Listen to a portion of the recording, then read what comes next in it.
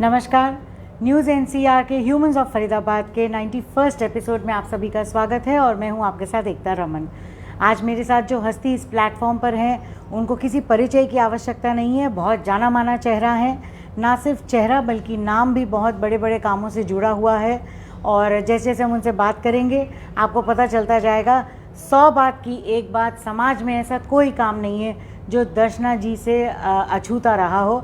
सबसे पहले इनका स्वागत करते हैं। दर्शना जी, आपका बहुत बहुत स्वागत। दर्शना गुप्ता जी हमारे मंच पर आज हमारे इस प्लेटफॉर्म पर आई हैं और इनका एक पहला परिचय ये है कि ex CM of Haryana Banarasi Das Gupta ji की पुत्रवधू हैं और बनारसी दास गुप्ता फाउंडेशन जो सामाजिक कार्यों से बहुत समय से जुड़ा हुआ है उसकी जनरल सेक्रेटरी हैं। इतना ही नहीं, ये फाउंडेशन जो आदर्श महिला कॉलेज भिवानी में चलाती है, जहां लगभग 5000 छात्राओं को बिल्कुल मुफ्त एजुकेशन दी जाती है, उस कॉलेज की चेयरपर्सन भी हैं। और उससे भी बड़ी बात, और अभी तो हमने खाली शुरुआत की है, उससे भी बड़ी बात ये कि इस वर्ष 2019 में दर्शना जी को प्रेसिडेंट अवार्ड, यानी जो हमारे प्रेसिडेंट हैं कोविड जी, उन्होंने इनको फेलिसिटेट किया था, इनको सम्मानित किया गया था इनके सामाजिक कंट्रीब्यूशन के वजह से, क्योंकि कुछ खास ऐसे मुद्दे हैं जो इनके दिल के करीब हैं। यूँ तो बहुत काम किया है दर्शना जी ने और हर फील्ड में किया है, चाहे वो मेनका गांधी जी के साथ मिलके लड़कियों की शादी कराना हो, उनका घर बसाना हो, केवल शादी नहीं पर पूरी तरह से सेटल करना हो, या लड़कियों की शिक्षा हो, स्किल डेवलपमेंट हो, और उनकी एजुकेशन और अनएम्प्लॉयमेंट के मुद्दों को एड्रेस करना हो, या फिर सिर्फ लड़कियां ही नहीं या सिर्फ महिलाएं ही नहीं, whether it is related to animals or whether it is related to the cleanliness और the education of children around, मतलब अपने सेक्टर और आसपास के एरिया में अंडर प्रिविलेज्ड बच्चों की एजुकेशन हो, या महिलाओं को एकजुट कर और अपने एरिया के आसपास सिक्योरिटी या सोशल कमिटमेंट्स हैं, गैदरिंग्स हैं। तो all in all, as I said, 100 बात की एक बात, ऐसा कोई प्लेटफॉर्म नहीं है जिस पर दर्शना जी ने काम नहीं किया हो। तो दर्शना जी, हमारे व्यूअर्स के जानकारी के लिए, क्योंकि मैं तो आपको अब इतने सालों से जानती हूँ, बिल्कुल सबसे पहले आप ये बताइए कि परिवार तो खैर हम सभी जानते हैं कि सामाजिक रहा है। बनारसी दास जी खुद, बाबूजी बहुत सोशल व्यक्ति थे, और कभी ऐसा, और उस टाइम के पॉलिटिशियंस तो मैं नहीं कहूँगी क्योंकि उनमें राजनीतिक और सामाजिक में फ़र्क नहीं होता। पॉलिटिशियन नहीं, पहले वो सोशल वर्कर तो थे, और उससे पहले भी वो एक फ्रीडम फाइटर थे। राइट, फ्रीडम फाइटर थे। यही मैंने कहा कि फ्रीडम फाइटर रहे, सामाजिक ही रहे। हाँ बिल्कुल, फर्स्ट वो सामाजिक रहे। आपका सामाजिक कार्यों में जुड़ना कब हुआ? मेरा सामाजिक कार्यों में उन्हीं को देखते देखते मैंने समाज का काम जब वो करते थे और जब उन्होंने एक्चुअल में किया, लोगों को सिखाया, तो बस उन्हीं को देखते देखते मैंने सब सीखा। और जिस घर से मैं आई थी वहाँ भी काफ़ी सामाजिक कार्य मेरे दादाजी हैं, चाचा जी हैं, सब लोग करते थे और अभी भी वो कर रहे हैं। बट मैंने अपने फादर इन लॉ से बहुत ज़्यादा सीखा, क्योंकि वो समाज में बहुत ज़्यादा अग्रणी थे। राइट। और शायद बाबूजी की ही ये एक ख़ास थी जिस पर आपने हमेशा फोकस करा कि लड़कियों की शिक्षा या उनको स्किल देना। तो वो सब मैंने बाबूजी से ही सीखा, क्योंकि 1975 के अंदर बाबूजी ने भिवानी के अंदर आदर्श महिला महाविद्यालय के नाम से एक कॉलेज खोला। तब तक 75 के अंदर लड़कियों की शिक्षा के ऊपर कोई फोकस नहीं किया जाता था। तो बाबूजी ने घर घर जाकर और अपनी जिम्मेवारी पर बच्चों को पहली स्कूली शिक्षा पे बहुत ज़्यादा दबाव दिया। स्कूली शिक्षा के बाद उन्होंने एक छोटा सा कॉलेज खोला। उस कॉलेज में बच्चों को जिम्मेवारी से लड़कियों को लाना, उनको आगे पढ़ाना करना। फिर आज वो वटवृक्ष बहुत बड़ा बन गए। बिल्कुल। तो उन्होंने बेटी बचाओ बेटी पढ़ाओ के ऊपर बहुत फोकस किया, जिसका एक जीता जागता उदाहरण भिवानी के अंदर है, जो एक आदर्श महिला महाविद्यालय के नाम से कॉलेज खुला हुआ है। और उसमें ऐसा कोई शिक्षा में कोई फीस का भी कोई प्रावधान भी नहीं है। जी। जो हमारे से कि यूनिवर्सिटी नॉमिनल फीस लेती है, बच्चियों से हम लोग वो ही फीस लेते हैं। बाकी हम कोई फीस चार्ज नहीं करते हैं बच्चियों से, किसी भी टाइप की, किसी भी चीज़ की नहीं, कोई भी फीस नहीं लेते हैं। जो यूनिवर्सिटी की फीस है वो, राइट। बस। तो अगर हम बेटी बचाओ बेटी पढ़ाओ इस अभियान का नाम लें तो उस नज़रिए से देखा जाए तो वो बहुत दार्शनिक थे कि उन्होंने बहुत साल पहले दूरदर्शी थे वो। जी। उन्होंने लड़कियों की शिक्षा पे, उनको आगे बहुत सारे स्किल सिखाने पे, स्किल के ऊपर भी बहुत काम किया। हाँ। कि लड़कियों को डिफरेंट फील्ड में डिफरेंट स्किल भी आना चाहिए ताकि वो अपने पाँव पे खड़ी हो सके। हाँ जी। उनके जाने के बाद आपने पूर्ण रूप से इसको अपना लाइफ का मिशन बना लिया। अब उनके जाने के बाद मैंने भी सोचा कि यदि इस कॉलेज को, एक चैरिटेबल कॉलेज है, इसको नहीं संभाला जाएगा तो बड़ी मुश्किल होगी। इन बच्चियों का जो भविष्य इस कॉलेज के साथ जुड़ा हुआ है, तो इनको कॉलेज को संभालना चाहिए। और सर्वसम्मति से मुझे एज अध्यक्षा वहाँ चुना गया। आज करीब मुझे 12-14 साल हो गए हैं, मैं उस कॉलेज की अध्यक्षा हूँ। तो बहुत कॉलेज बहुत सुचारू रूप से चल रहा है। हमारे मैनेजमेंट के सब लोग पारिवारिक ही हैं, तो कोई भी कार्य हो तो हम पारिवारिक रूप से सब मिलके उस पर समाधान ढूंढते हैं। कोई भी समस्या आ जाए तो लड़कियों के जो भी फ़ायदे के लिए कोर्सेज है, स्किल के कोर्सेज है, एजुकेशन से रिलेटेड कोर्सेज है, वो सब हम उसमें शुरू कर देते हैं। मैं इस पे ख़ास आपसे यही जानकारी लेना चाहूँगी। जैसे अक्सर हमने देखा है कि चैरिटेबल स्कूल्स या कॉलेजेस या कोई भी जहाँ चैरिटेबल जुड़ जाता है तो लोगों को लगता है कि शायद क्वालिटी के साथ कॉम्प्रोमाइज़ किया जाता है, लेकिन आदर्श महिला कॉलेज में ऐसा बिल्कुल नहीं है। तो अगर हम ये सोचें कि केवल ऐसे कोर्सेज कराए जाते हैं, नहीं, हाँ, वो चैरिटेबल के नाम से नहीं हाँ, है। कुछ कोर्सेज के बारे में बताइए। इस कॉलेज में हमारे को ना गवर्नमेंट से सपोर्ट मिली हुई है। ओके। सेमी गवर्नमेंट कॉलेज है ये। तो गवर्नमेंट हमारे को फंड भी देती है, यूजीसी हमारे को बहुत फंड देती है, क्योंकि लड़कियों के कॉलेज के लिए यूजीसी बहुत सपोर्ट करती है। तो यूजीसी से बहुत फंड मिलता है। जैसे गर्ल्स हॉस्टल बनाना है तो हमारे को यूजीसी देती है, कोई ऑडिटोरियम बनाना है, कुछ भी बनाना है, स्पोर्ट्स से रिलेटेड है, सब यूजीसी हमारे को सपोर्ट करते हैं। स्किल्स पे काम होता है? स्किल इसमें बच्चों की हॉबी के ऊपर है, उस टाइप के हम कोर्सेज चालू कर रखे हैं। होम साइंस हमारे पास में है, और केमिस्ट्री फिजिक्स वो तो सब सब्जेक्ट वाइज ही होती है।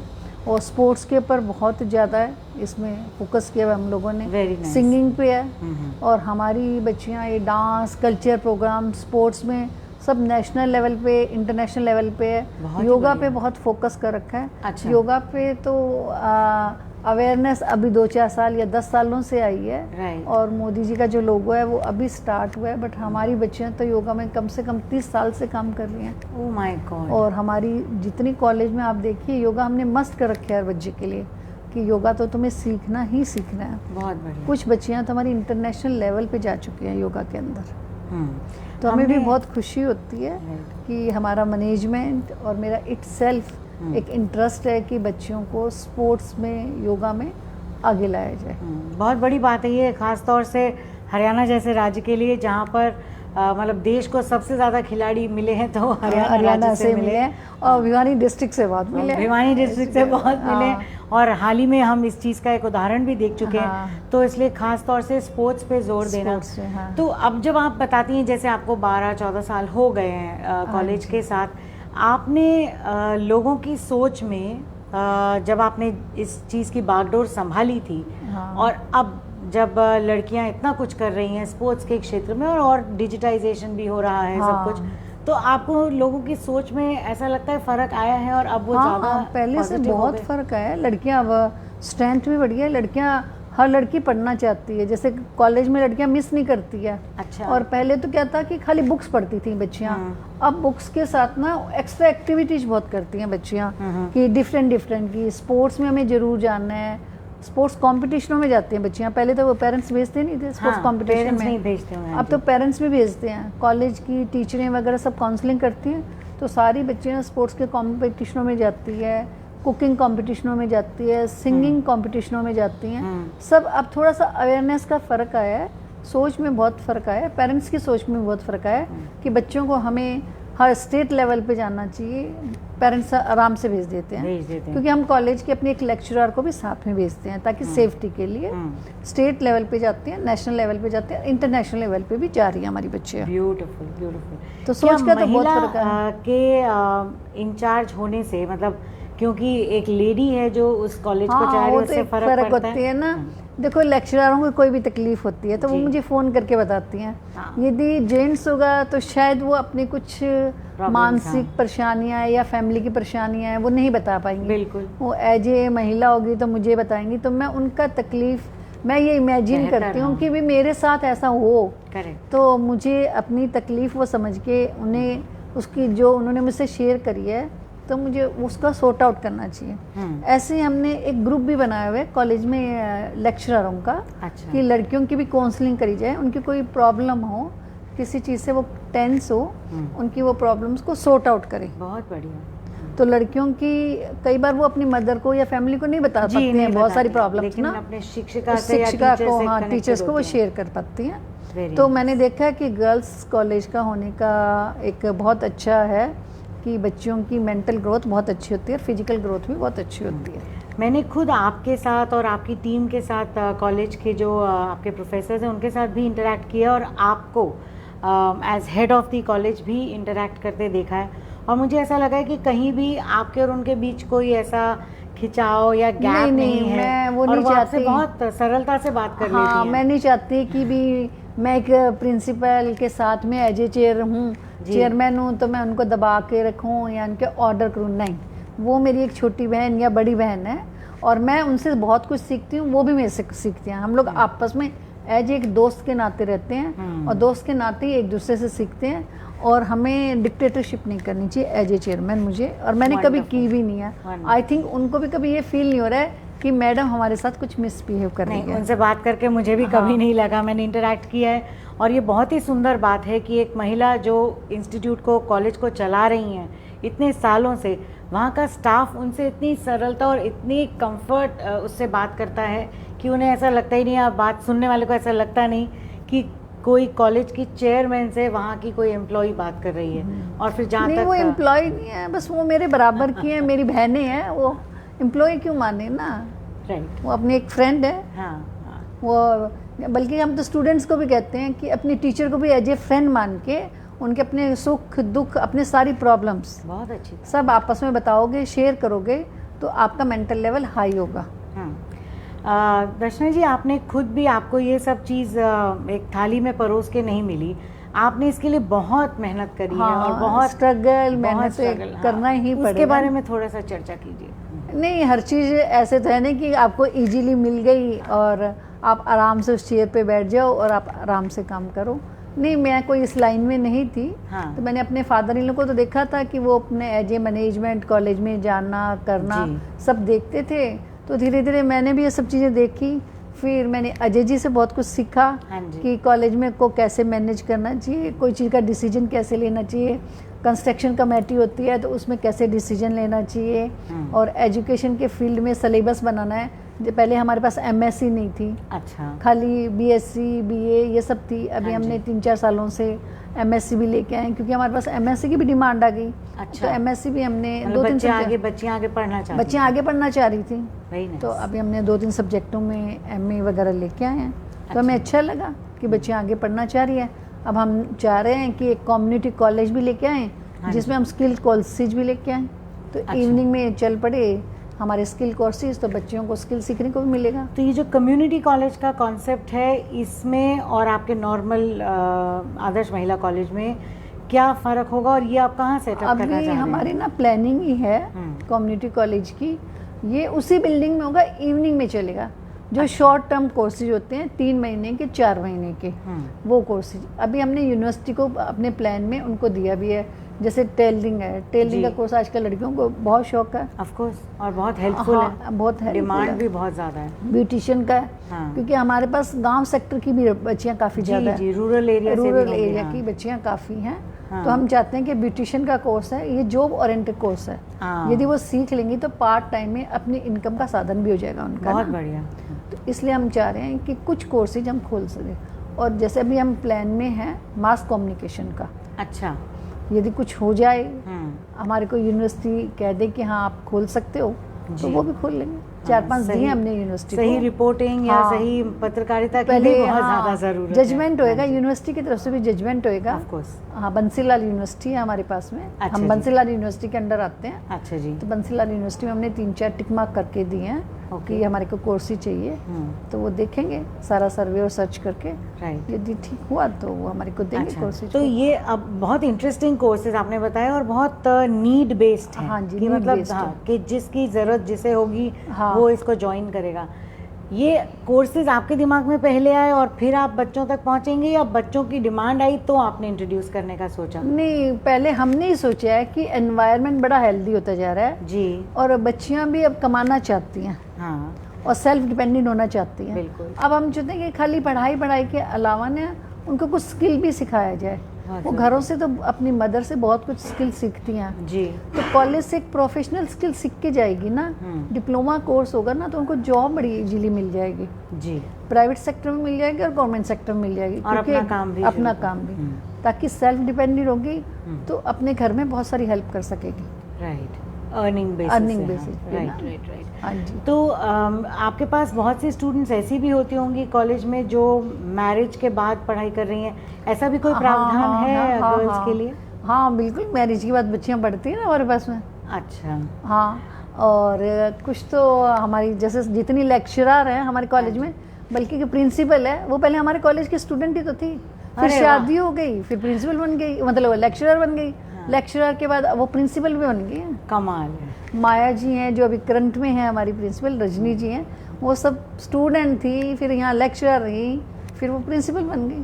कितना लंबा, हेल्दी और it's a very wonderful relationship जो as head of the college आपने पहले उनको एज स्टूडेंट्स देखा, वो बिल्कुल लेक्चरर देखा और मैंने प्रिंसिपल भी देखा उनको ना, बट उन्होंने बिल्कुल अपनापन दिखा के इस कॉलेज को यहाँ काम किया और उनको बहुत लगाव है। और अभी भी रिटायरमेंट के बाद भी हमारी माया जी हैं, रिटायरमेंट के बाद भी कॉलेज को वो फिजिकली एजुकेशंस की हैं, स्पोर्ट्स की टीचर हैं। वो आती हैं हमारे यहाँ समय समय पे, क्योंकि उनकी जो बच्चों को जो इन्होंने तैयार कर रखा है एज ए स्पोर्ट्स में, योगा में, कुछ स्पेसिफिकेशन स्पोर्ट्स है उनमें, तो जब हमारे को रिक्वायरमेंट होती है तो माया जी उनको ट्रेनिंग देके जाते हैं। वैसे भी जो एजुकेशन की फील्ड से जुड़ जाते हैं वो नहीं खाली बैठ सकते। बिल्कुल ना। और खाली बच्चों को हम कोई ये थोड़ी कि आप बुक्स ही पढ़ो और वो करो, बहुत सारी एक्टिविटीज है वो सब करवाते हैं। पेंटिंग कंपटीशन है, कुकिंग कंपटीशन है। हाँ जी, पीछे मुझे ध्यान है कि ये शायद लॉकडाउन के दौरान ही था। हाँ जी, कि पैंडेमिक में भी आप लोग का काम नहीं रुका। हाँ। और आपने ऑनलाइन सारी चलती, ऑनलाइन बहुत सारी कॉम्पिटिशन्स ऑर्गेनाइज किए गए थे। बिल्कुल, एक्टिविटीज बहुत चलती रही ऑनलाइन ना, क्योंकि बच्चों को एक्टिव रखेंगे तभी वो एक्टिव रहेंगी। बट हमारी जितनी भी टीचर्स हैं कॉलेज की, लेक्चरर्स हैं, प्रिंसिपल है, सब बहुत एक्टिव हैं, सब अपनापन लेके बहुत काम करती हैं बच्चों की भलाई के लिए ना। और आपके उस कॉन्टेस्ट में मुझे ध्यान है कि बहुत ऑनलाइन भी बहुत मास पार्टिसिपेशन था, बहुत ज़्यादा तादाद में लड़कियों ने पार्टिसिपेट किया था, ना केवल पेंटिंग बल्कि कई तरह की चीज़ें बनाने का, और कुकरी कंपटीशन और रंगोली और पता नहीं, मतलब रंगोली वगैरह हमारे बच्चियों में बहुत ही इंटरेस्ट से सीखती हैं, करती हैं ना। हाँ जी। तो दर्शना जी, जैसे ये गर्ल्स की जो एजुकेशन रही, और हमें पता है कि स्कूल लेवल तक तो सरकार फिर भी प्रोवाइड कर देती, लेकिन उसके बाद सबसे ज़्यादा मुश्किल आती है। तो अगर कोई लड़की आगे ग्रेजुएशन के बाद किसी और कोर्स में पढ़ाई करना चाहती है जो कॉलेज के पास उपलब्ध नहीं है, क्या उसके लिए भी कुछ मदद की जाती है या कोई ऐसा सोल्यूशन होता है? कॉलेज के बाद हमारे पास एमएससी करती है ना, एमए वगैरह हमारे कॉलेज में कर लेती हैं। ज़्यादातर लड़कियों को हमने तो देखा है कि या तो वो ये पीजी वगैरह कर, ये क्या नाम, टीचिंग लाइन में टीचिंग लाइन में चली जाती, हाँ टीचिंग लाइन में ही चली जाती हैं लड़कियां ना, या शादी हो जाती है, या जॉब करने लग जाती है, कोई ना कोई अपना स्पेशल डिप्लोमा वगैरह कर लेती हैं, फिर वो जॉब करने लग जाती हैं। एमए वगैरह तो हमारे पास ही कर लेती हैं। अच्छा। हाँ। तो सबसे अच्छी बात ये है कि अगर वो एजुकेशनिस्ट भी बन जाती हैं तो जिस शहर में जाएं शादी करके। और लेक्चरर बन जाती है जब एमए है, नेट क्वालिफाइड हो जाती है, साथ के साथ नेट देती रहती है ना। अच्छा। कितनी लेक्चरर हैं जो हमारी कॉलेज में पढ़ी हुई हैं, साथ में नेट देती है वो, और फिर जिस भी शहर में पीएचडी करती रहती हैं, पीएचडी कर लेती हैं, साथ में पीएचडी भी करती रहती हैं, फिर हमारे यहीं इंटरव्यू दे देती हैं, हमारी बच्चियों को पढ़ाती रहती हैं। हमें अच्छा लगता है कि यहीं पढ़ी हैं, यहीं आगे और आपने पढ़ाने के लिए। एम्प्लॉयमेंट भी दे दिया। बिल्कुल बिल्कुल, हम Right. तो प्रेफरेंस करते हैं हम्म, क्योंकि उनको एक लगाव होता है ना इस कॉलेज से। बिल्कुल हाँ बिल्कुल। जी, हाँ और वो आपके प्रिंसिपल्स को भी देख चुकी हैं हाँ, कि हाँ, वो बिल्कुल। बाय लीडरशिप कि बिल्कुल। कौन कितना ग्रो किया है। और बिल्कुल, बिल्कुल। अच्छा, और जो एंटरप्रेन्योरशिप, मतलब जैसे आप ये जो इवनिंग कोर्सेज हैं, ये वो अभी केवल हम उनके प्लान लिए से, हैं? हाँ सिर्फ उन्हीं के लिए होंगे। अच्छा, कोई बाहर बाहर से का कोई- नहीं है अभी ना। अभी अपने इट सेल्फ ही हमारे पास बहुत सारी बच्चियाँ हैं ना। जाहिर है। हाँ, तो हमें ज़रूरत ही नहीं हाँ। है, क्योंकि फिर रूम्स की भी रिक्वायरमेंट बहुत ज़्यादा होगी। अच्छा। अभी लिमिटेड ही रूम्स वगैरह होते हैं ना। हम्म। तो जैसे आपने कहा 5 कि बजे तक तो अभी hostel- भी कॉलेज चलता है। हाँ, हॉस्टल है हमारे पास, 350 बच्चियों का हॉस्टल है।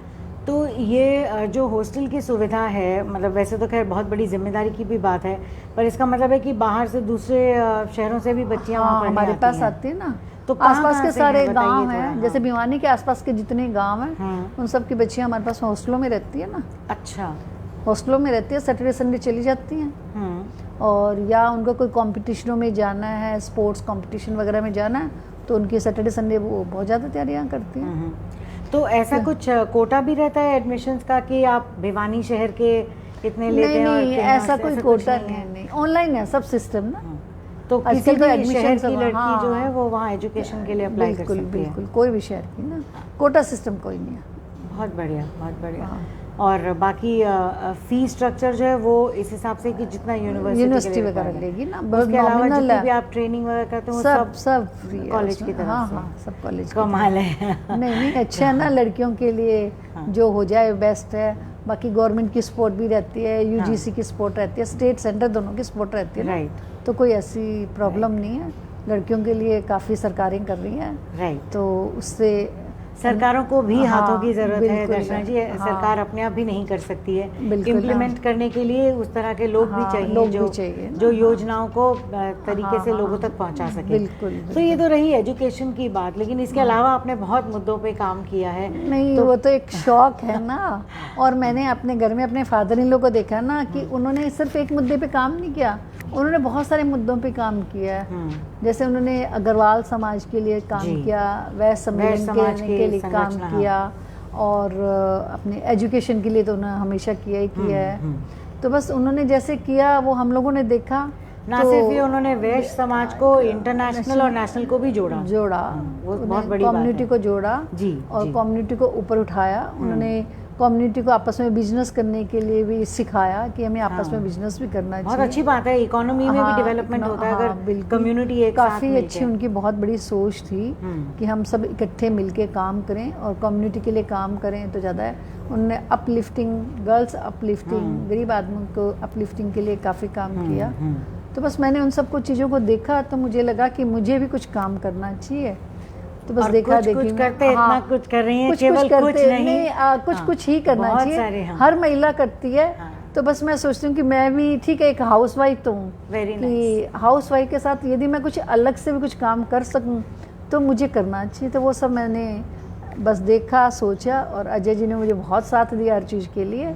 कभी उन्होंने मना नहीं किया कि ये काम ठीक नहीं है या ये गलत नहीं है। उन्होंने जो उचित समझा और मुझे भी उचित लगा तो वो हम लोगों ने काम किया। इसीलिए मैं आपसे ये सवाल पूछने ही वाली नहीं हूँ कि आपको परिवार का या अजय जी का, फैमिली का, हस्बैंड का सपोर्ट रहा या नहीं रहा। अजय वो जी का मेरे दिखता पास है।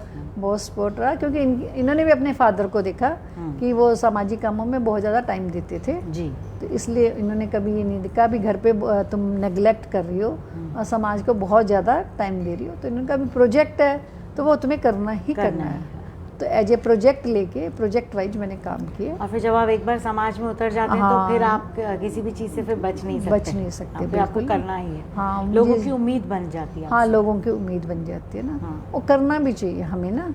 हर महिला को कुछ ना कुछ करना चाहिए।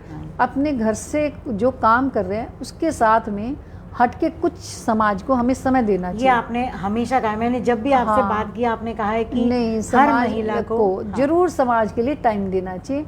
यदि हम समाज के लिए टाइम देंगे, कोई भी सब्जेक्ट में जो आपका इंटरेस्ट का है, उस सब्जेक्ट में हम कोई काम देंगे ना, तो हमारे बच्चे जरूर सीखेंगे। बिल्कुल। और हमारा एनवायरनमेंट हेल्दी होगा, और एनवायरनमेंट के लोग भी सीखते हैं। हम उनको भी सिखा सकते हैं। जैसे कूड़े से खाद बनाना है, यदि मैं बना रही हूँ तो मैं किसी और को, हाँ, वैसे मैं अपने व्यूअर्स को ये भी बताना चाहूँगी, जब इन्होंने कहा, दर्शना जी ने कहा कि बच्चे सीखते हैं और परिवार सीखता है, तो हम दर्शना जी से पहले इनके बेटे प्रियांश गुप्ता को आज से कई एपिसोड पहले बुला चुके हैं, क्योंकि प्रियांश ने कोविड के दौरान, पैंडमिक के दौरान अनगिनत, मतलब उस मेरे पास गिनती नहीं है उसकी कि इस कितनी जगह हॉस्पिटल्स को, स्टाफ को, ज़रूरतमंदों को भोजन की व्यवस्था अपने एंड पे अपने आप ही एक किचन सेटअप करा के, और वहाँ पे उस भोजन में ना सिर्फ प्रॉपर खाना, न्यूट्रिशियस हेल्दी फूड, पर उसमें काढ़ा भी था, उसमें कई तरह की खिचड़ी, दलिया, हर पौष्टिक। हाँ जी। तो एक बच्चे ने जाहिर अपने परिवार से ही सीखा है इस चीज़ को। वही ना, यदि घर में माता पिता करेंगे तो बच्चे ऑटोमेटिक करने लग जाते हैं, वो सीखते भी हैं। अब मैंने कहाँ से सीखा, मेरे अपने फादर इन लोग करते थे, मेरी मदर इन लोग करती थी, तो मैंने उनसे तो सीखा है। उन जितना नहीं कर सकती तो कुछ तो कर रही हूँ मैं समाज के लिए। तो ऐसे यदि मैं नहीं, यदि मैं भी कुछ करूँगी तो मेरे बच्चे भी कुछ करेंगे ना। इसलिए बच्चों को सिखाने के लिए पहले खुद तो आपको करना ही पड़ेगा। बिल्कुल। तो इसलिए अजय जी भी काफ़ी हद तक समाज के लिए काफ़ी टाइम देते हैं, और उनके साथ मैं भी देती हूँ। तो जो मेरे इंटरेस्ट के होते हैं वो मैं करती हूँ, जो अजय जी के इंटरेस्ट के होते हैं वो करते हैं। तो हमें ये बताइए दर्शना जी कि जो प्रेसिडेंट्स अवार्ड है, ये आपको पर्टिकुलरली किसी एक फील्ड में काम, योगदान के लिए दिया गया, या जनरल सोशल वर्क के लिए? उस पर थोड़ा जानकारी नहीं, जैसे नारी शक्ति अवार्ड होता है भारत सरकार की तरफ से, ये कोई भी एक महिला यदि कोई एक ही सब्जेक्ट पे काम करती है, उस सब्जेक्ट पे किसी और ने ना किया हो, और उसने बहुत अधिक मात्रा में उसी सब्जेक्ट पे लेवल पर, हाँ, एक्सपर्ट ही हो उस चीज़ में ना, उस महिला की, तो उसको ये अवार्ड दिया जाता है। तो मैंने एक ही सब्जेक्ट पे, जैसे लड़कियों की शादी, गरीब लड़कियों की शादियों, सामूहिक रूप से मैंने बहुत तादाद मात्रा में की, 3-4 साल तक मैं लगातार करती गई इस सब्जेक्ट पे। तो इस सब्जेक्ट को जब मैं वहाँ, मेरी फाइल गई वुमेन एंड चाइल्ड डिपार्टमेंट के अंदर, तो वहाँ रिकॉग्नाइज की गई, तो मुझे ये अवार्ड कुछ याद है कि कितने विवाह आपने अब तक कराए? अनलिमिटेड, कोई ऐसा नहीं है। जब भी मुझे मौका मिला, ये 3-4 हज़ार तो करीब हो गई होंगी अभी भी, मतलब सामूहिक शादियाँ होती हैं तो मैं जुड़ती हूँ। अब मैं अभी भी वो, हाँ, अभी भी, हाँ, उस प्रोजेक्ट में मैं अभी भी काम करती हूँ।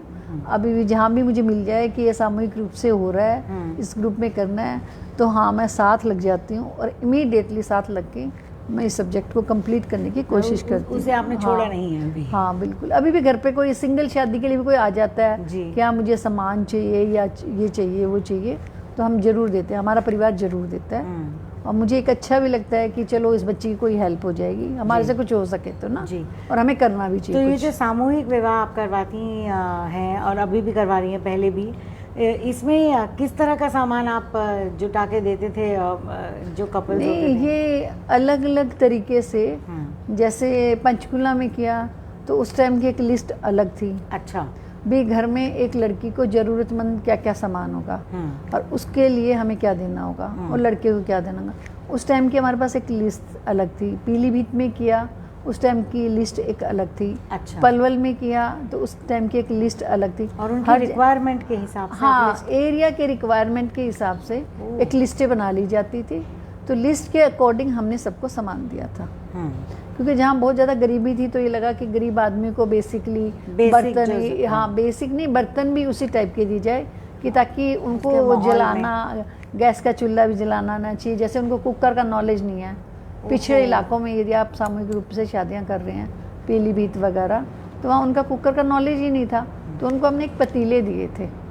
पंचकुला में शादी की तो वहाँ थोड़ा शहरी इलाके की लड़कियां थी, क्योंकि हरियाणा में ना बिल्कुल गरीबी नहीं है, तो थोड़े से अपग्रेड है यूपी से, तो वहाँ हमने कुकर दिए थे। अब देखिए, अब आपकी बात सुन रहे हैं तो मुझे अलग होता है ना, बहुत अजीब लग रहा है, और आई एम श्योर जो हमारे दर्शक हैं वो भी सोच रहे होंगे कि ये बहुत अजीब सा है कि कुकर इतनी साधारण सी चीज़ है हमारी रसोइयों में। हम ऐसा नहीं है, और इंडिया में अभी भी बहुत गरीबी है। हाँ जी। और अभी भी लड़कियां बहुत ज़्यादा शिक्षित नहीं है इन चीज़ों में, शिक्षा का अभी भी बहुत अभाव है। तो ताकि उनको कुकर का नॉलेज नहीं है, गैस ऑन करने का भी अभी नॉलेज नहीं है। Oh my God. तो ये सब चीज़ें मैंने खुद देखी है। अब धीरे धीरे 5-4 साल के अंदर एजुकेशन अवेयरनेस भी हुई है। हाँ। जैसे जब से मोदी जी आए हैं तो इन चीज़ों की अवेयरनेस तो होती जा रही है।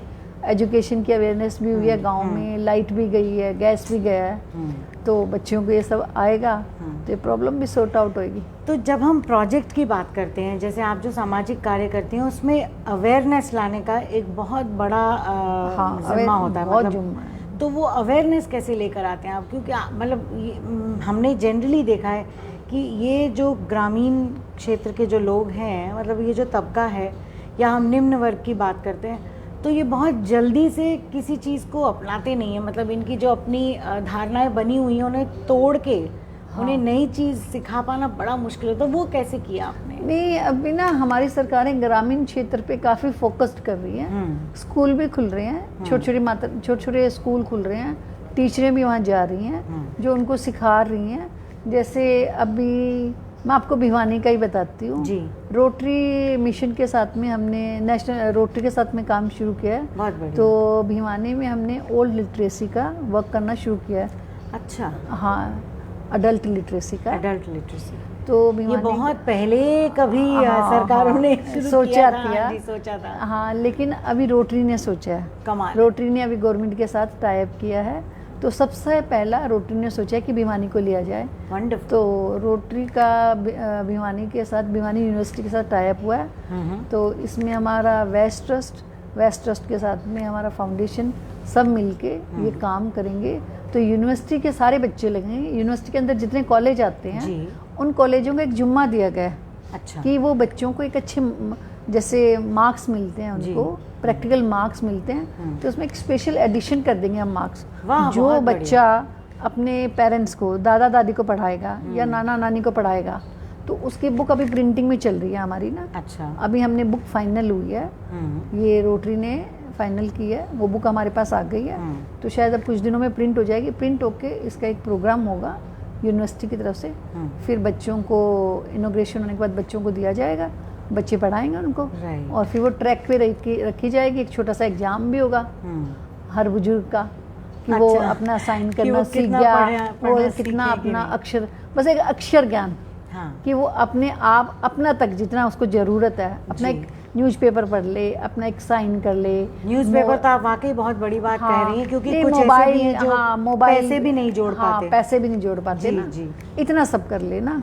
कमाल है। इसके लिए आप इस मिशन में मैं लगी हूँ, और मैं ऐसे ही रोटरी के साथ में कुछ ऐसे मिशंस लिए हैं अभी मैंने, कि ये मिशन सब चलें। स्किल का लिया है कि स्किल ज़्यादा से ज़्यादा स्किल, हम तरह तरह के स्किल सिखाएं बच्चों को, ताकि वो अपनी कुछ जिम्मेवारियाँ। कोरोना के टाइम में बच्चों का बड़ा प्रॉब्लम आया है कि 10th और 12th के बच्चों को स्टडी के बाद में काफ़ी एक सेटबैक लगा उनके परिवारों को, कि भी हमारा कोई कमाएगा नहीं, कैसे करेगा। तो हम चाह रहे हैं कि उन बच्चों को छोटे छोटे स्किल दे दें, वो पढ़ाई के साथ में कुछ कमाने में लायक भी हो जाए। कुछ वो कमाएंगे तो घर की कुछ तो हालत सुधार हो जाएगा। बिल्कुल। तो एक इकोनॉमी ये तो है कि ये 1.5-2 साल में जो उन्होंने अपना टीचर्स के साथ कनेक्ट हो समय खोया, कम से कम वो स्किल्स तो उनके डेवलप हो जाएंगे। छोटे छोटे स्किल्स सिखाने की कोशिश कर रहे हैं। और ये अडल्ट लिटरेसी का मिशन भी लिया है, ऐसे 3-4 छोटे छोटे मिशन लिए हैं। तो भिवानी में ये सब एग्जीक्यूट कर रहे हैं। एज अ मॉडल तैयार हो रहा है। I must mention this in front of our viewers that this is a commendable thing. ये हाईली अप्रिशिएबल है and very very in sync with today's times. जिस तरह से और देशों में इंटरनेशनली सभी कंट्रीज़ में कम्युनिटी सर्विस या कुछ ऐसे सोशल कंट्रीब्यूशन के मार्क्स दिए जाते थे अब तक यूनिवर्सिटीज़ में। और इंडिया से भी जो बच्चे फॉरेन यूनिवर्सिटीज़ के लिए अप्लाई करते हैं उन्हें एक पोर्टफोलियो बनाना पड़ता था। अब तक शायद रियल काम के बिना यूं ही बन रहा था। लेकिन अगर इस तरह के इनिशिएटिव्स इंडिया में स्टार्ट हो रहे हैं तो बच्चों का कम्युनिटी सर्विस करने के बाद, सर्टिफिकेट लेने के बाद जो पोर्टफोलियो तैयार होगा वो एक बहुत ही डिफरेंट और जेन्युइन होगा। नहीं, अभी ये सारी आई थिंक मैंने देखा है बहुत सारी यूनिवर्सिटियों का टाई अप हुआ है जी रोटरी का। तो अभी हमारी भिवानी यूनिवर्सिटी का, तो भिवानी में अपने वीसी साहब ने ये अनाउंसमेंट भी कर दी इस चीज़ की। अच्छा। कि जो बच्चा ऐसे अपने दादा दादी नाना नानी को पढ़ाएगा तो उसको हमारा स्कूल और कॉलेज एक स्पेशल मार्क्स देगा। Wonderful wonderful. इससे बच्चों को कम्युनिटी सर्विस की फीलिंग भी डेवलप होती है, फीलिंग आएगी उनको। और ये जो बुजुर्ग और बच्चों के बीच का गैप है वो भी भरेगा ना, ये बहुत ज़रूरी है। हाँ बिल्कुल, क्योंकि पहले हमारे परिवार इकट्ठे हुआ करते थे, लेकिन अब जैसे जैसे न्यूक्लियर फैमिलीज का कल्चर आ गया है तो वो दूरी बढ़ गई थी बुजुर्गों और बच्चों के बीच में, तो वो भी कम होगी। जैसे उनको अपनी रेलवे टिकट करवानी है, बैंक का काम है, यदि वो थोड़े से पढ़े होंगे तो वो खुद कर सकते हैं। अपनी रेलवे टिकट बुक करवानी है, अपने बैंक के छोटे छोटे काम है, अपना छोटा सा ऑनलाइन हो गया, सब ऑनलाइन हो गया ना। थोड़े से भी पढ़े होंगे तो बुजुर्ग ये सब काम कर सकते हैं, और अपने साइन करना है जैसे, वो सबसे जरूरी है ना, तो वो सब कर सकेंगे ना।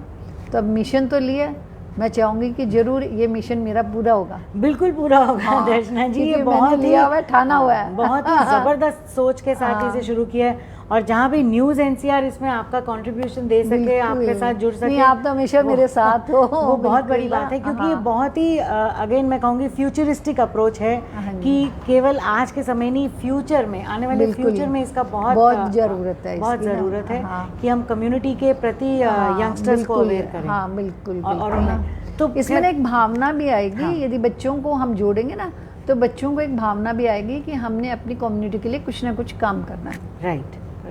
और भगवान ना करे कि हमारे ऊपर पैंडेमिक जैसी सिचुएशन आए, अब फिर ना आए, पर इस दौरान हमें ये पता चल गया कि केवल एक संस्था या केवल प्रशासन या केवल सरकार के करने से नहीं होगा। नहीं, हमें सरकार के साथ, संस्थाओं के साथ में, प्रशासन के साथ में ही मिलकर काम करना चाहिए। बिल्कुल। अब कहाँ तो आपने बताया कि भिवानी के रूरल एरिया से भी बच्चे और पेरेंट्स जुड़ रहे हैं, और फिर आप रोटरी की बात करें जो इंटरनेशनल स्तर पे काम कर रही है। इंटरनेशनल रोटरी हमारे साथ जुड़ के काम कर रही है। ये बहुत ही बड़ी डेवलपमेंट है। उनके यहाँ से फंडिंग आती है, उनकी सोच भी है, उन्होंने हमें बताया भी कैसे ट्रैक पे आपको काम करना है। उन्होंने एक सिलेबस बना रखा है, उन्होंने इंडिया के एजुकेशन सिस्टम के साथ मिलकर एक सिलेबस बनाया है। करेक्ट। तो वो सिलेबस हमें मिला है, तभी तो हम उसको प्रिंट करा रहे हैं ना, अदरवाइज हमें सिलेबस कहाँ से मिलता है ना। करेक्ट। तो सब मिलके ही एक काम होते ना। तो एक और जो यहाँ से जो इस तरह के स्टूडेंट्स निकल के जाएंगे उनको फॉरेन स्टडीज या करियर में भी हेल्प करेगा। बिल्कुल बिल्कुल ना। अच्छा, तो आज की जनरेशन का देखा गया है दर्शना जी कि मतलब पढ़ाई करने के बाद उनकी ये प्रेफरेंस रहती है कि वो इंडिया में ना रह के फॉरेन में सेटल हों, काम करें, लेकिन आपका बेटा उनमें से नहीं है। ऐसा नहीं, मेरे बेटा नहीं है, ऐसा तो नहीं मैं है, ये हर बच्चे का ऐसा नहीं है। हाँ, तो मैं ये जानना चाह रही हूँ आप इस फीलिंग को कैसे बच्चों में इनकलकेट करते हैं कि वो अपने देश के से पढ़ के, क्योंकि शिक्षा जो यहाँ है वो और कहीं नहीं है, तो यहाँ से शिक्षा लेके यहीं रहें, यहीं काम करें, उसके लिए कैसे? मेरा भी एक थॉट है कि ऐसा नहीं है कि इंडिया में बिजनेस नहीं है, इंडिया में बहुत बिजनेस है। बच्चे यहाँ पढ़ें, यदि एक्सपोजर के लिए जाना है तो साल एक के लिए जाएं आप, MBA वगैरह के करके वापस आएँ। अपने देश में बहुत सारे काम हैं, नए नए काम ढूंढें, नए नए काम करें और अपने देश की तरक्की करें। अपने देश की GDP तो बढ़ेगी ना, बढ़ेंगी ना, और क्या इकनॉमी बढ़ेगी ना, तभी तो हम दूसरे देशों से आगे निकलेंगे। यदि हमारी GDP बढ़ेगी तो। फिलहाल तो हमारे साथ डेवलपिंग लगा हुआ है, बहुत ज़्यादा अगर डेवलप्ड कंट्री हो जाए, डेवलप कंट्री भी हो जाएगी, बहुत जल्दी हो जाएगी, क्योंकि हमारे साथ मोदी जी जुड़े हुए हैं। आप देखिए हमारा रोड का इंफ्रास्ट्रक्चर कितना फास्ट और कितना बढ़िया बना है, और हम कितने शॉर्ट टाइम में दूरियां तय कर लेते हैं। कनेक्टिविटी बनी है ना। तो ये सारे हमारे यूथ बच्चे तो कुछ कर रहे हैं ना, और ऐसे ये बच्चे जुड़े रहेंगे, सोच अच्छी रहेगी, और हमारे देश के बच्चे हमारे पास ही रह जाएंगे, तो कुछ ना कुछ तो हो जाएगा। डिजिटल इंडिया होगा, डिजिटल इंडिया होगा, उतना तेजी से हमारा काम होगा। तो एजुकेशन के अलावा आपका पर्सनल इंटरेस्ट मैंने नोट किया है कि कंपोस्ट, ग्रीनरी, एनवायरनमेंट में भी बहुत है। मुझे एनवायरनमेंट पे भी है और वाटर पे भी है, दोनों ही चीज़ पे है। उस बारे में कुछ बताइए। अब बहुत सारे सब्जेक्ट तो एनवायरनमेंट पे क्या? एनवायरनमेंट पे आपको बताती हूँ। मैंने अभी कुछ 2-1 साल पहले ही मैंने सीखा घर पे आपके कूड़े, जो आपके किचन वेस्ट होते हैं, उससे खाद बनाना। तो मैं अपने किचन का जितना भी वेस्ट होता है, स्पेशली छिलके, सब्जियों के छिलके, फ्रूट्स के छिलके, बिल्कुल भी मैं कचरे में नहीं डालती, उनसे मैं कंपोस्ट बनाना सीखी। और मैंने देखा भी है कि वो कंपोस्ट बहुत बढ़िया बनती है, और वो मैंने अपने बिटिया के फादर इन लॉ हैं, उन्होंने इसका इन्वेंशन किया है। हाँ। तो उन्होंने मुझे एक ट्रेनिंग दी, स्पेशल ट्रेनिंग दी। वो ट्रेनिंग से मैं अब रेगुलर वहीं बनाती हूँ, और अपने मैंने जो भी मेरे स्टाफ जो कि मेरे किचन में काम करते हैं उनको भी हैबिट बना दी है। वाह, उसी के साथ में अब मैं स्कूल और कॉलेज में भी ट्रेनिंग देती हूँ, बहुत बढ़िया। बच्चों को देती हूँ और महिलाओं को ट्रेनिंग देती हूँ। आई थिंक कुछ महिलाएं और कुछ टीचर तो ट्रेनर बन गई हैं हमारे साथ में। हम अच्छा। चाहते हैं कि हम अपने नीचे ट्रेनर बनाएं, हाँ, खाली हम आप ट्रेनिंग ही मत ट्रेनिंग दें, ना दें। हाँ, हाँ। हमारे नीचे भी ट्रेनर बने और बच्चे भी ट्रेनर बने, तभी तो उनको आदत बनेगी ना। वो ट्रेनर बनेंगे तो फिर वो उनको एक को भी ये कॉन्फिडेंस आ जाए कि मुझे तो ये काम करना ही करना है। आज मुझे एक कॉन्फिडेंस इसलिए है क्योंकि मैं एक ट्रेनर हूँ। यदि मैं सुन खुद के ही तो काम बहुत नहीं- मुश्किल लगता है दर्शना नहीं, जी, कोई लेकिन मुश्किल ही नहीं है। बस किचन में ना एक बॉक्स ही बनाना है आपको। जब भी सब्जी छिल के निकाले उस बॉक्स में बना दो। एक प्लास्टिक का कोई भी डब्बा ले लो या एक स्टील का भगोना ले लो, उसमें डालते जाओ। शाम को जो एक ड्रम है हमारे पास में, बस उसके अंदर ये तो डालना है। और कितने दिन में ये कंपोस्ट तैयार हो आपका जाता 1 है? महीने में कंपोस्ट तैयार हो जाता है। बहुत बढ़िया। और फिर वो साइकिल बन बस जाता है। साइकिल बन जाता है, उसके बाद बस वो आप यूज करते जाओ। हम्म, तो मुझे बहुत अच्छा लगा, बहुत सारी महिलाएं ये काम कर रही हैं, बच्चे कर रहे हैं। हम्म। तो अच्छा लगता है कि चलो ज़्यादा नहीं, मैंने 200, 500, 1000, 2000 लोग बिल्कुल। तैयार तो करें, कुछ तो हुआ ना। और वाटर के ऊपर मुझे पानी भी वेस्ट करना बिल्कुल पसंद नहीं है। तो रेन हार्वेस्टिंग भी मुझे अभी मैंने कुछ सिस्टम भिवानी के अंदर भी लगवाए हैं। अच्छा। हाँ जी, रेन हार्वेस्टिंग का अपने कॉलेज में मैंने लगवाया। मेरी जहाँ तक पहुँच है, मैं चाहती हूँ कि वहाँ वो काम एग्जीक्यूट हो जाना और चाहिए। भिवानी में वो सक्सेसफुली चल रहा है? हाँ, सक्सेसफुली चल रहा है। और रेन हार्वेस्टिंग का जो सिस्टम लगाया है, तो हम चाहते हैं कि हम सारी लड़कियों को सिखाएंगे। अच्छा। हाँ, लड़कियाँ वो सिस्टम देखेंगी तो वो बहुत एक इजी सिस्टम है। पूरी छतों से एक पाइपलाइन को जोड़ के उसको ज़मीन के नीचे से जोड़ दिया गया है। बस। तो हाँ, और नहीं वो अंडरग्राउंड अंडरग्राउंड वाटर लेवल को बढ़ाने के लिए। हाँ, वाटर लेवल का बढ़ जाएगा और जितनी भी रेन वेस्ट हो रही है वो सारी इकट्ठी होती जाएगी, उन पाइपों के थ्रू आती जाएगी। तो मैं चाहती हूँ वो बच्चियाँ भी तो देखेंगी ना। जब वो देखेंगी तभी तो वो अपने घरों का पानी वेस्ट नहीं करेंगी ना। तो क्या उसे यहाँ फरीदाबाद में मतलब शहरी लेवल पर भी इम्प्लीमेंट किया जा सकता है? शहरी लेवल पे भी अभी कर सकते हैं हम लोग, घरों में कर सकते हैं आराम से। हमने जिनसे लिया है उन्होंने अभी तो सारा स्कूल, कॉलेज और अच्छा। घरों के लिए बनाया है ये इंस्ट्रूमेंट उन्होंने। हम्म। तो उनसे हम बातचीत कर सकते हैं। अब मैंने मतलब कई एक जगह बने बनाए बातचीत, कंस्ट्रक्टेड घर में भी हाँ वो उसका लग जाता प्रावधान है है, कि सिर्फ लगा छत से कनेक्टेड होता है वो तो ना। अच्छा, मतलब कोई ज्यादा तोड़ फोड़ नहीं नहीं, ऐसा कुछ भी नहीं है, कि तोड़ा फोड़ी तो कुछ उसमें होती नहीं है ना। कमाल है। वो छत से उन्होंने कनेक्ट कर दिया, हॉलों से कनेक्ट कर दिया और ज़मीन में ले गए। सिर्फ ये कि बच्चों को बताना है कि छत पे जो पानी इकट्ठा होता है वो नालियों से जाया बह नहीं के जाए। आपका बाहर ना चला जाए। हाँ, वो आपका जाएगा कलेक्ट तो वाटर लॉगिंग होगी। वाटर लॉगिंग होगी ना। वाटर लॉगिंग ना हो तो आपकी ज़मीन में चला जाए पानी ना। ज़मीन में पानी जाएगा तो ज़मीन का पानी उठ जाएगा ऊपर हमारा। राइट। अब आपके पास इतने सारे कॉन्सेप्ट्स रहते हैं और इतने प्रोजेक्ट्स भी रहते हैं। अगर कोई आपसे कनेक्ट करना चाहता है किसी प्रोजेक्ट पे काम करने के लिए तो कहाँ जाए, मतलब आपसे कैसे जुड़ सकते नहीं, हैं? मैं किसी अपना काम से? नंबर शेयर कर सकती हूँ। और वैसे मैं फरीदाबाद भी रहती हूँ और भिवानी भी रहती हूँ, दोनों जगह ही रहती हूँ। नंबर शेयर कर दूंगी, मेरा 24 आवर ऑन रहता है। ये तो मैं और कभी भी कोई भी सब्जेक्ट पे बात करनी है या गाइडलाइन लेनी है या काउंसलिंग के लिए मेरे से पूछना है, करना है, क्योंकि मुझे खुद को फील होता है कि मैं एक अच्छी काउंसलर भी हूँ। मैं बहुत लोगों को, बहुत यंग बच्चियों को समझाती भी हूँ। और कई बार घरों में आपसी झगड़े भी हो जाते हैं, तो मेरे पास कुछ लोग आते हैं तो उनके सुलझाने का काम भी किया जाता है। एक तो सबसे बड़ी बात ये कि आपका समाज के साथ एक्सपोजर और कनेक्ट बहुत ज़बरदस्त है। दूसरा ये कि आप बहुत सरल हैं तो लोग आपके साथ जुड़ जाते हैं। और तीसरा ये कि आपने ना ये सब चीज़ हार्ड वर्क चीज़ों से के लिए देखा भी है। और टाइम भी देना चाहिए समाज के लिए। जनरली लोग क्या टाइम नहीं देते हैं और न सुनते हैं किसी एक दूसरे की बात ना। आपके पास भी वही 24 घंटे हैं जो हमारे पास है। बिल्कुल बिल्कुल, जैसे आप लोग समाज को टाइम दे रहे हो वैसे हम लोग भी समाज को टाइम दे रहे हैं। नहीं, तो समाज को टाइम देना चाहिए। बहुत ही अप्रिशिएबल है। तो मैं अपना मोबाइल नंबर आपको दे सकती हूँ। राइट, हाँ वो हम उस पर शेयर कर लेंगे ग्रुप पे, ताकि लोग आपको डायरेक्टली कनेक्ट कर सकें। बिल्कुल डायरेक्टली कर लें और आपके माध्यम से कर लें, हाँ कैसे जी, भी कर लें। हम ये भी चाहते हैं कि कुछ ऐसा हो जो फरीदाबाद में भी जो चीज़ें आप वहाँ एक्सपेरिमेंट कर रही हैं भिवानी में, नहीं, उस मैं चीज़ यहाँ का लाभ मोतीलाल यहाँ जी के भी। साथ कर रही हूँ यहाँ। अच्छा, हाँ, साईं धाम में मैं मोतीलाल जी के साथ में काफ़ी ज़्यादा जुड़ी हुई हूँ। अच्छा। तो यहाँ मैं रेगुलर जाती हूँ बच्चों से इंटरेक्ट करने के लिए। अंकल के साथ में मैंने कई प्रोजेक्ट भी चालू करवाए हैं। साईं धाम मोतीलाल गुप्ता जी के हाँ, साथ। अच्छा। गुप्ता जी के साथ हाँ में जी। मैंने कई प्रोजेक्ट चालू करवाए हैं। अभी मैंने वेस्टेज से मैंने बैग बनवाना, कपड़े के बैग बनवाना। अच्छा, वेस्ट क्लॉथ से? वेस्ट क्लॉथ थे, उनके पास बहुत ज़्यादा आया हुआ था बल्क में, तो उनको कुछ समझ में नहीं आ रहा था कि उसको क्या किया जाए। वो छोटे टुकड़े भी थे और बड़े टुकड़े भी थे। तो उन्होंने, अंकल बहुत परेशान थे और उनका डिपार्टमेंट भी परेशान था। मैंने कहा आप बिल्कुल परेशान नहीं हुए, मैं आती हूँ।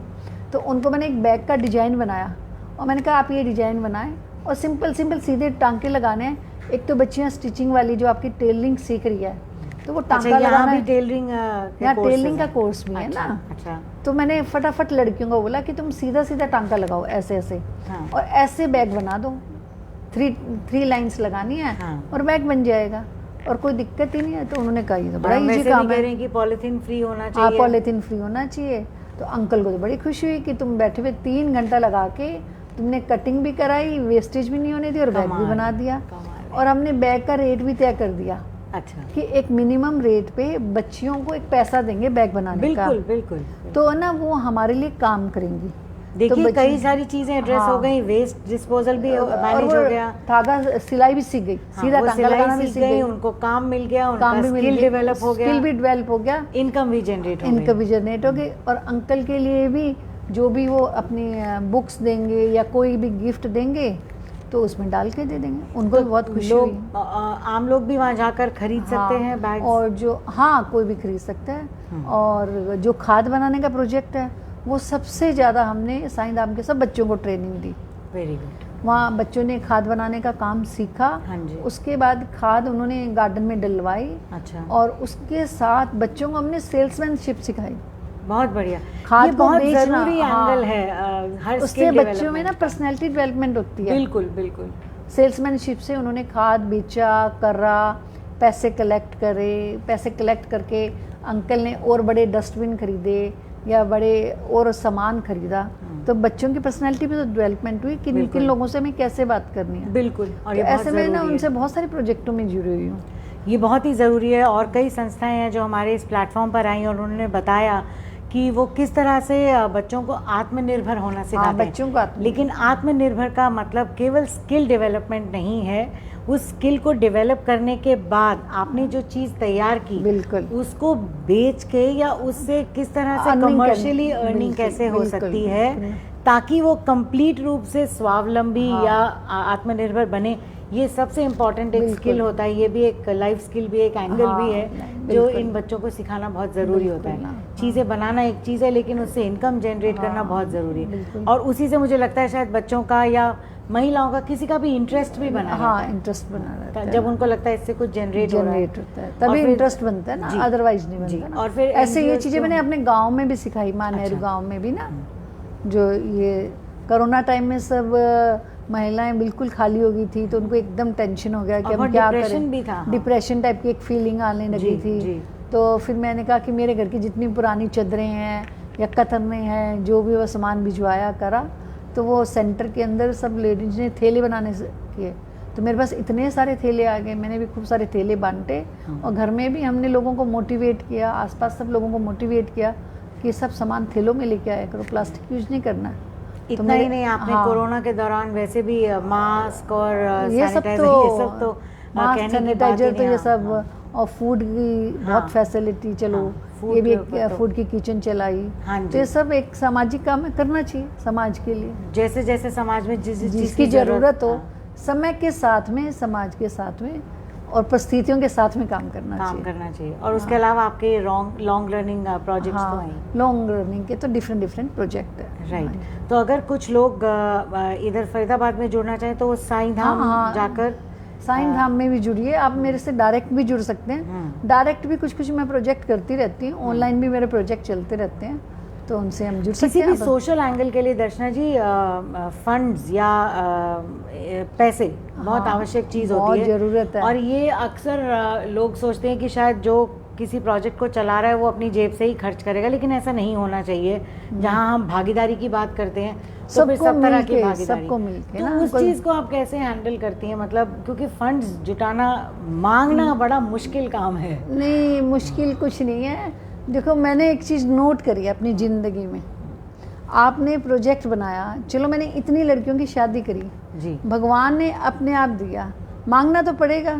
आपने अपने लिए तो नहीं मांगा ना, हाँ। है ना। आपने कीर्तन में लिख रखा है कि ये मेरा प्रोजेक्ट है और मुझे ये करना है, तो भगवान जरूर साथ देता है आपको, क्योंकि उनका भाग्य जुड़ा हो ना लड़कियों का, और आपके पैसे जरूर मिल जाएंगे, सब साधन हो जाएंगे। लड़कियों की शादी में मुझे कोई प्रॉब्लम ना आई, टेंशन जरूर बनती थी, लेकिन प्रॉब्लम नहीं आई और प्रोजेक्ट पूरे हो गए, काम कोई नहीं रुका। उसके बाद अभी कोरोना टाइम था जी। देखो, घर से तो पैसे लगेंगे, शुरुआत तो आपको अपने मन से करनी पड़ेगी ना, लेकिन मुझे नहीं मालूम है पैसे कहाँ से आते गए। आते गए, प्रोजेक्ट होता गया। बहुत बढ़िया। और जो मन में बनाया था कि सारी जगह खाना भिजवाना है, करना है, तो सब जगह पहुँचता गया।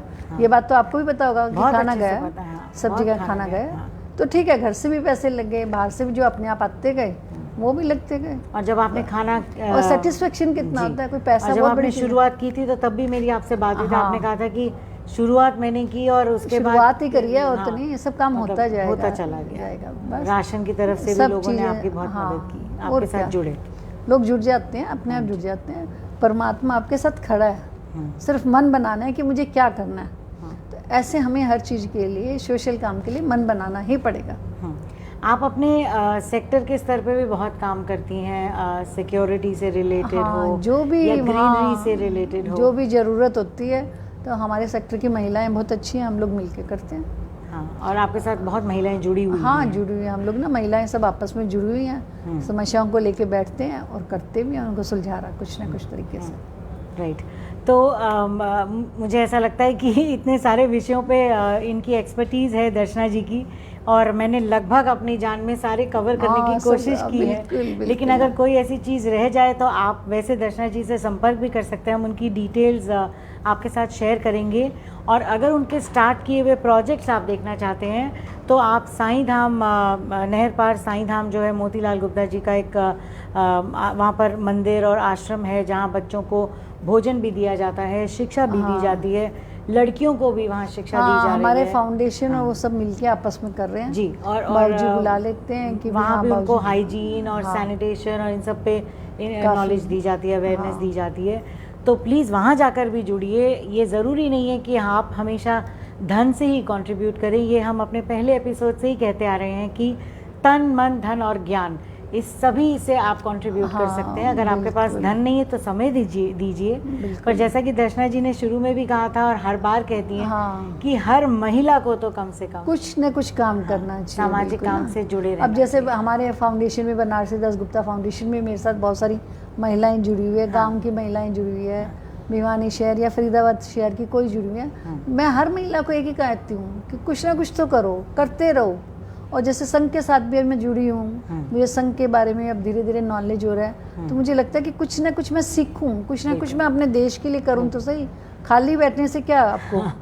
एक सामाजिक व्यक्ति और महिला होने के नाते दर्शना जी, और अब जैसे थर्ड वेव का भी थोड़ा सा डर बना हुआ है लोगों में, तो हम लोग कहते हैं मास्क जरूर लगाओ। हाँ, तो एक मैसेज ज़रूर दीजिए जो आप हमारे व्यूअर्स मैं तो एक ही मैसेज दूंगी कि हर महिला को, ऐसा नहीं कि रोज मुझे पार्टी करनी है, रोज मुझे ब्याह शादी भी बहुत लंबी चौड़ी करनी है, वो सब ना करें, और मास्क जरूर लगाएं और दूरियां जरूर बना के रखें, तो वो बेटर रहेगा कि हमारी जो थर्ड वेव आने वाली है हम लोग दूर रहेंगे, और आएगी भी नहीं थर्ड वेव ना, और पॉजिटिव बन के रहें। हाँ, पॉजिटिविटी। बहुत ही सुंदर मैसेज दिया दर्शना जी ने कि पॉजिटिविटी बनाए रखें, कोविड पॉजिटिविटी नहीं, अपने मेंटल पॉजिटिविटी बना के रखें। और आप सबसे रिक्वेस्ट है कि आप इनसे संपर्क कर सकते हैं दर्शना जी से, इनके साथ किसी भी प्रोजेक्ट में जुड़ने के लिए। बहुत ही सरल महिला हैं और बहुत ही प्यार से हर बात को समझाती हैं, सिखाती हैं। You will enjoy working with her. हम कल फिर आपके सामने 4 बजे किसी और गेस्ट के साथ उपस्थित होंगे। आपके आज के समय और जानकारी के लिए बहुत बहुत धन्यवाद दर्शना जी। हमारे साथ जुड़ने के लिए बहुत बहुत धन्यवाद। देखते रहिए न्यूज़ NCR। नमस्कार।